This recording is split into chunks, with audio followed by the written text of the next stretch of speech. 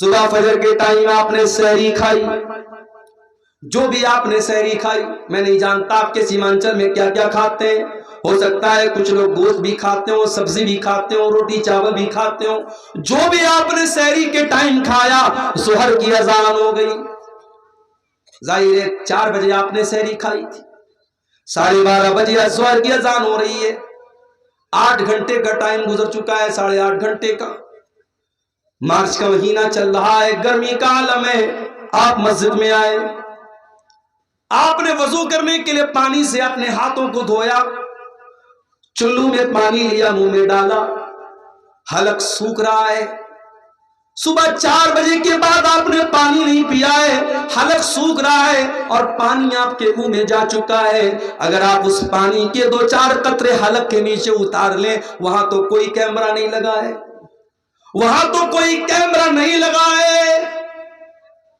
لیکن ہاں ایک بات آپ سے یہ بھی کہنا چاہوں گا، جس کے دل میں اللہ کا ڈر نہ ہو، وہ خانے کعبہ میں جا کے، مکہ میں جا کر کے بھی وہاں پر بھی وہ گندا کام کرتا ہے۔ ابھی کل ایک صاحب نے مجھ کو بتایا کہ خانے کعبہ کے پاس جو لوگ طواف کرتے ہیں، اگر دوسرے کا سامان وہ اٹھا لیں گے، ان کو یہ لگے گا لاکھوں کی بھیڑ ہے، کون دیکھنے جاتا ہے، مگر ہزاروں کیمرے حرم میں لگے ہوئے ہیں، ہزاروں کیمرے لگے ہوئے ہیں اور پورا کنٹرول روم موجود ہے، اور ہزاروں وہاں CID کے لوگ اور CBI کے لوگ اور پولیس کے لوگ ان کیمروں پر نظر رکھتے ہیں، اگر آپ نے دوسرے کا سامان اٹھایا تو پولیس فوراً کیمرے سے آپ کو دیکھ لے گی اور آپ سے پوچھ تاچھ ہو سکتی ہے، اور دوسرے کا سامان آپ نے اگر جان بوجھ کر کے لے لیا ہے تو آپ پکڑے جا سکتے ہیں۔ اس لیے جو لوگ حج کرنے جاتے ہیں، عمرہ کرنے جاتے ہیں، ان کو یہ سکھایا جاتا ہے کہ حرم میں کوئی بھی سامان، آپ کا اپنا سامان ہے تو الگ بات ہے، کسی کا کوئی سامان چھونے کی کوشش مت کرنا۔ ایک صاحب نے ایک واقعہ بتایا کہ طواف کے دوران ایک ہندوستانی حاجی اور ہندوستانی مسلمان، 50 سال کے اوپر کا مسلمان، بار بار عورتوں کو ٹچ کر رہا تھا۔ طواف کے دوران وہ گندا انسان بار بار عورتوں کو ٹچ کر رہا تھا، اور کیمرے کی نظر سے جو کنٹرول روم میں پولیس والے موجود تھے وہ بار بار دیکھ رہے تھے کہ یہ انسان ایک بار نہیں، 2 بار نہیں، اس نے 20 بار ایسا کیا ہے۔ پولیس نے اس کو اریسٹ کر لیا۔ جب جیل میں پہنچا ہے وہ انسان، اس کے جوان بیٹے پہنچے، اس کی بیٹیاں پہنچی، نہیں ہمارا باپ اتنا گندا کام نہیں کر سکتا، پولیس والوں نے کیمرے کی کلپ لا کے سامنے رکھ دی، دیکھ لو تمہارے باپ نے کیا کیا ہے۔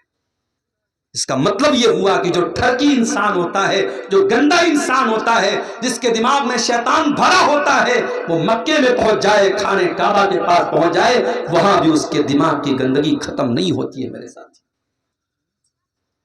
آپ کو خانے کعبہ کے پاس بھی اتنا گندا کام کرنے سے اگر کوئی چیز روک سکتی ہے، اللہ کا ڈر اور اللہ کا تقوی ہی روک سکتا ہے، اور رمضان کا روزہ ہمیں یہی سکھاتا ہے۔ میرے ساتھی، صبح 4 بجے ہم نے سحری میں پانی پیا ہے، ظہر کے وضو میں پانی کے قطرے منہ کے اندر جا رہے ہیں، 2-4 قطرے حلق کے نیچے چلے جائیں، کون دیکھنے جاتا ہے، مگر بندہ 2-4 قطرے بھی اپنے حلق کے نیچے جانے نہیں دیتا ہے۔ کیوں؟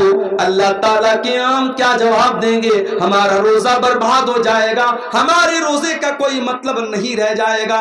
اسی لیے اللہ کے نبی فرماتے ہیں کہ اللہ تعالیٰ کہتا ہے الصوم لی وانا اجزی بہ، کہ بندہ روزہ میرے لیے رکھتا ہے اور اس کا بدلہ میں ہی دوں گا۔ یدعو طعامہ وشرابہ وشہوتہ من اجلی، بندہ میرے لیے کھانا چھوڑ دیتا ہے، بندہ میرے لیے پانی چھوڑ دیتا ہے، بندہ میرے لیے شہوت چھوڑ دیتا ہے، بیوی موجود ہے بیوی کے پاس نہیں جاتا، کھانا موجود ہے کھانا نہیں کھاتا ہے، پانی موجود ہے پانی نہیں پیتا ہے، اللہ کے لیے۔ روزہ ہمیں اخلاص سکھاتا ہے، روزہ ہمیں اللہ کا ڈر سکھاتا ہے۔ روزے سے سب سے بڑا مقصد میرے پیارے ساتھیوں یہی ہے کہ ہمارے دلوں میں اللہ کا تقوی پیدا ہو جائے۔ اسی لیے اللہ قرآن کے دوسرے پارے میں کہتا ہے یا ایھا الذین آمنوا کتب علیکم الصیام کما کتب علی الذین من قبلکم لعلکم تتقون، اے ایمان والو تم پر روزے فرض کیے گئے جس طریقے سے تم سے پہلے کے لوگوں پر فرض کیے گئے، تاکہ تم متقی بن جاؤ، تاکہ تمہارے دلوں میں اللہ کا تقوی، اللہ کا ڈر پیدا ہو جائے۔ تو رمضان کے اندر تقوی پیدا کرو میرے ساتھ، اور آگے بڑھیے۔ رمضان کے اندر ایک کام ہمیں اور بھی کرنا ہے، رمضان دعا کا مہینہ ہے۔ قرآن میں جہاں اللہ تعالیٰ نے رمضان کے روزے کا ذکر کیا وہیں پر فرمایا وَإِذَا سَأَلَكَ عِبَادِي عَنِّي فَإِنِّي قَرِيبٌ، اے میرے نبی جب میرے بندے آپ سے میرے بارے میں سوال کریں گے جواب دے دو میں قریب ہوں، میں قریب ہوں، اجیب دعوت الداعی، میں دعا کرنے والے کی دعا کو سنتا ہوں۔ شرط یہ ہے فَلْيَسْتَجِيبُوا لِي وَلْيُؤْمِنُوا بِي، کہ بندہ میری بات مانے اور میرے اوپر ایمان رکھے۔ رمضان دعا کا مہینہ ہے میرے ساتھیوں، جب آپ بھوکے پیاسے رہ کر کے اللہ کی بارگاہ میں ہاتھ پھیلاتے ہیں، اللہ آپ کی دعا کو رائے گا نہیں کرتا، اللہ آپ کی دعا کو لوٹاتا نہیں۔ اسی لیے اللہ کے نبی فرماتے ہیں ثلاث دعوات لا ترد، تین لوگوں کی دعا اللہ تعالیٰ لوٹاتا نہیں ہے۔ دعوت الوالد لولدہ، ایک باپ کی دعا، باپ جب اپنی اولاد کے حق میں دعا کرتا اللہ اس دعا کو کبھی لوٹاتا نہیں ہے۔ وہ دعوت المسافر، اور مسافر کی دعا کو اللہ تعالیٰ لوٹاتا نہیں ہے۔ وہ دعوت الصائم، اور روزے دار کی دعا کو بھی اللہ تعالیٰ لوٹاتا نہیں ہے۔ روزے کی حالت میں میرے پیارے ساتھیوں دعا کرو، اپنے لیے بھی دعا کرو، اپنے بچوں کے لیے دعا کرو، اپنے ماں باپ کے لیے دعا کرو، ساری امت کے لیے دعا کرو، ملک کے حالات کے لیے دعا کرو، اپنے کاروبار روزی روٹی کے لیے دعا کرو۔ اور بہتر یہ ہے کہ جو اللہ کے نبی جو دعائیں کرتے تھے، آپ دعا کی کوئی کتاب لے لو۔ ایک اچھی سی کتاب کا نام میں آپ کو بتا رہا ہوں، حصن المسلم، بہت اچھی کتاب ہے دعا کی۔ آپ آن لائن بھی اس کو اپنے موبائل کے پلے اسٹور میں جا کے اس کو ڈاؤن لوڈ کر سکتے ہیں۔ اس میں چھوٹی چھوٹی دعائیں ہیں، آپ دیکھ کے ان کو پڑھ لیجئے یا یاد کر کے پڑھ لیجئے۔ دعاؤں کو روزے کی حالت میں خوب کیجئے۔ رمضان دعا کا مہینہ ہے میرے پیارے ساتھی۔ رمضان صبر و برداشت کا بھی مہینہ ہے۔ آپ روزے کی حالت میں ایک انسان آپ کے پاس آتا ہے، گالی دے دیتا ہے آپ کو، برا بھلا کہہ دیتا ہے آپ کو، آپ صبح سے کچھ کھائے نہیں ہیں، بھوکے ہیں، اور جب انسان بھوکا رہتا ہے تو اس کا پارا اور ہائی ہو جاتا ہے، اس کا بی پی اور بڑھ جاتا ہے، اس کو اور زیادہ غصہ آنے لگتا ہے۔ ہونا تو یہ چاہیے تھا کہ جب آپ روزے کی حالت میں ہیں اور کوئی آپ کی دعا کر کے گالی دے دے تو ہونا تو یہ چاہیے تھا کہ شریعت آپ کو اجازت دے دے کہ آپ تو بھوکے پیاسے ہیں، آپ گالی کا جواب گالی سے دے سکتے ہیں، آپ غصے کا جواب غصے سے دے سکتے ہیں، ہونا تو یہ چاہیے تھا، مگر نہیں۔ اللہ کے نبی فرماتے ہیں جب تم میں سے کوئی روزے کی حالت میں ہو فَإِنِ امْرُؤٌ قَاتَلَهُ أَوْ صَابَّهُ، اگر کوئی گالی گلوچ کرے، اگر کوئی لڑائی کرے تو گالی کے جواب میں گالی نہ دے، لڑائی کے جواب میں لڑائی نہ کرے، بلکہ صاف صاف کہہ دے انی صائم، میں روزے کی حالت میں ہوں، میں روزے کی حالت میں لڑ نہیں سکتا۔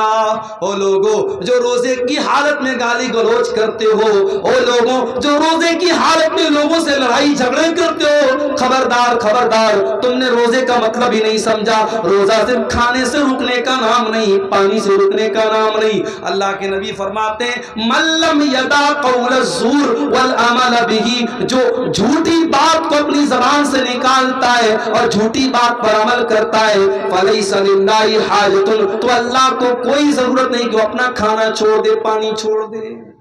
روزے کی حالت میں کنٹرول کرو اپنے آپ کو۔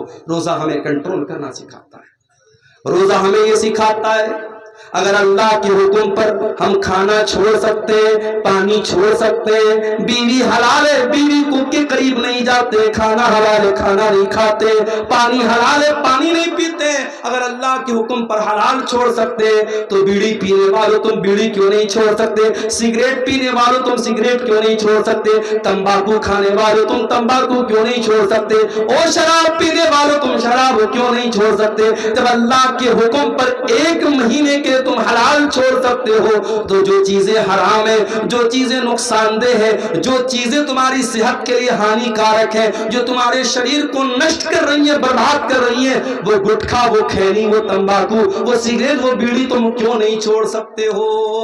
روزہ حرام کو چھڑوا رہا ہے، حرام کو چھوڑنے کی پریکٹس کروا رہا ہے میرے پیارے ساتھ۔ رمضان کا یہ مہینہ ہمیں ایک سبق اور دے رہا ہے۔ کبھی آپ نے غور کیا زکوٰۃ ہم رمضان ہی میں کیوں نکالتے ہیں؟ سارے مدرسے والے اپنے چندہ کرنے کے لیے سفیروں کو رمضان میں ہی کیوں بھیجتے ہیں؟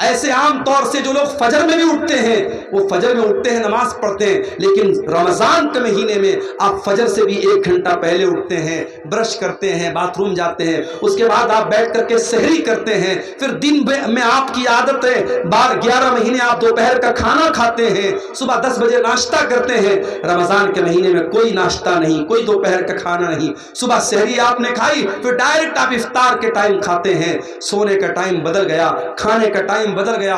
رمضان میں 1 مہینے کے لیے زندگی بدل جاتی ہے۔ سبق یہ ملا کہ اگر ہم اپنے آپ کو بدلنا چاہیں تو بہت کچھ بدل سکتے ہیں۔ میرے پیارے ساتھیوں، شاعر کہتا ہے خدا نے آج تک اس قوم کی حالت نہیں بدلی، نہ ہو جس کو خیال خود اپنی حالت کے بدلنے کا۔ اگر قوم کے حالات کو بدلنا ہے، اگر ملت کے حالات کو بدلنا ہے تو رمضان کا مہینہ ایک سبق دے رہا ہے کہ 1 مہینے کے لیے اگر اپنے ٹائم ٹیبل کو ہم بدل سکتے ہیں تو ہم قوم اور ملت کے حالات کو بھی میرے ساتھیوں بدل سکتے ہیں۔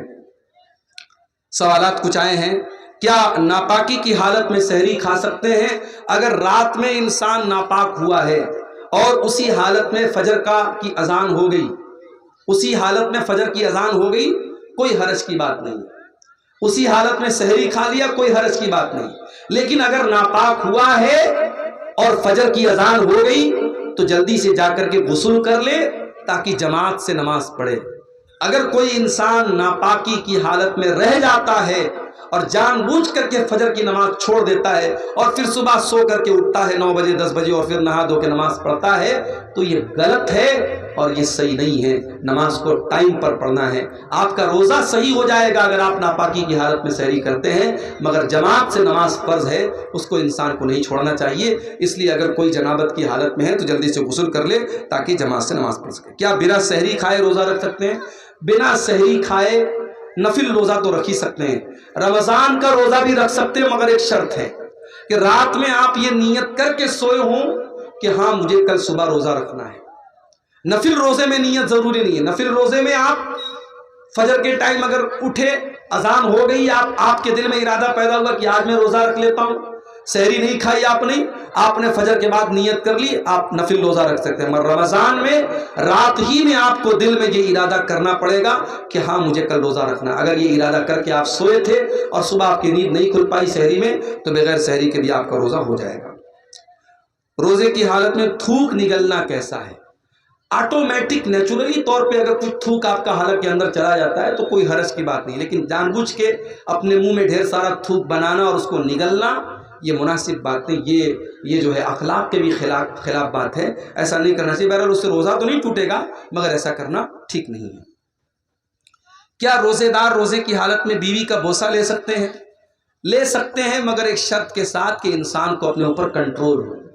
پتہ لگا کہ بیوی کا بوسہ لینے گیا اور ناپاک ہو گیا تو مسئلہ ہو جائے گا، پھر وہ ایک روزہ ہی نہیں جائے گا، اس کو 60 روزہ رکھنا پڑ جائے گا، یا 60 مسکینوں کو کھانا کھلانا پڑ جائے گا، یا لگاتار 2 مہینہ اس کو روزہ رکھنا پڑے گا، تو وہ بہت بھاری پڑ جائے گا۔ اس لیے جو انسان اپنے نفس پر کنٹرول کر سکتا ہے اس کو اس بات کی اجازت دی جا سکتی ہے، اس سے روزہ نہیں ٹوٹتا ہے، ٹھیک ہے۔ جو شخص کسی بیماری کی حالت میں روزہ نہ رکھ سکے تو اس کا کیا مسئلہ ہوگا؟ اگر بیماری ایسی ہے کہ آج بیماری ہے کل ٹھیک ہو جائے گی تو اس کو تو قضا کرنا ہے، لیکن بیماری ایسی ہے کہ اب ٹھیک نہیں ہوگی، جیسے شوگر ہو گیا، ٹی بی ہو گئی، اب یہ تو ٹھیک ہونا بہت مشکل ہے، تو ایسا انسان جس کی بیماری لا علاج ہے یا اب عمر کے ساتھ رہے گی وہ بیماری، تو ایسا انسان اگر روزہ نہیں رکھ پا رہا ہے تو ہر روزے کے بدلے 1 مسکین کو کھانا کھلائے گا، 1 مسکین کو 2 ٹائم کا کھانا اس کو کھلانا رہے گا۔ بہتر یہ کہ کھانا کھلا دے یا 2 ٹائم کے کھانے کا جو اناج ہے وہ اناج دے دے۔ اگر اناج دینے میں بھی کوئی پرابلم ہے تب بہت مجبوری کی حالت میں اس کا پیسہ دے سکتا ہے، ورنہ شریعت میں اطعام کا لفظ ہے، کھانا کھلانے کا لفظ آیا ہے تو کھانا ہی دینا چاہیے یا کھانے کی جگہ اناج دینا چاہیے۔ روزے کی حالت میں گل یا کوئی نشاور چیزوں کا استعمال کرنا کیسا؟ بالکل غلط ہے۔ روزہ جب آپ جائز چیزوں کو چھوڑ رہے ہیں تو بھائی گل کیوں نہیں چھوڑ رہے ہیں آپ؟ کوئی کہہ رہا ہے کہ صاحب ہم گل اس لیے کرتے ہیں پیٹ صاف ہوتا ہے، ارے بھائی کسی اور چیز سے صاف کرو اپنا پیٹ، گل سے مت صاف کرو۔ اور گل ایک ایسی چیز ہوتی ہے کہ کچھ نہ کچھ اس کا اثر منہ کے اندر محسوس ہوتا ہے۔ تو روزے کی حالت بہت اگر آپ کی مجبوری ہے تو آپ صبح سحری کے پہلے جو ہے یعنی فجر کے پہلے آپ کر لیجئے، وہ بھی اس صورت میں جب گل کے اندر نشہ نہ ہو. اگر گل کے اندر کسی طریقے کا نشہ ہے تو روزے کے پہلے یا روزے کے بعد میں یا روزے کی حالت میں کسی بھی صورت میں وہ صحیح نہیں ہے. روزے کی حالت میں اگر کوئی شخص اپنی بیوی سے ہم بستری کرے تو وہ کیا کرے؟ جان بوجھ کر کے اگر ایسا کرتا ہے تو روزے کی کا اس کو کفارہ دینا پڑے گا. کفارہ کیا ہے؟ لگاتار 60 دن جو ہے وہ روزہ رکھے. اگر اس کی طاقت نہیں ہے تو 60 مسکینوں کو کھانا کھلائے. اگر کوئی مسلمان کسی غیر مسلم کو روم کرائے پہ دے دی اور اس میں مورتی رکھ کر مورتی کی پوجا کرے تو کیا یہ صحیح ہے؟ اب جب آپ نے غیر مسلم کو دیا ہے تو آپ کو سوچ سمجھ کے دینا چاہیے. آپ نے دیا ہے تو آپ منع تو نہیں کر سکتے. غیر مسلم ہے تو اپنی تو پوجا کرے گا ہی. لیکن بہرحال آپ اگر یہ شرط لگا دیں کہ بھائی دیکھو ٹھیک ہے ہم تم کو دکان کے لیے دے رہے ہیں مگر اس میں پوجا پاٹ مت کرو، اگر یہ شرط لگا سکتے ہیں اور سامنے والا اس شرط پر عمل کر سکتا ہے تو اچھی بات ہے.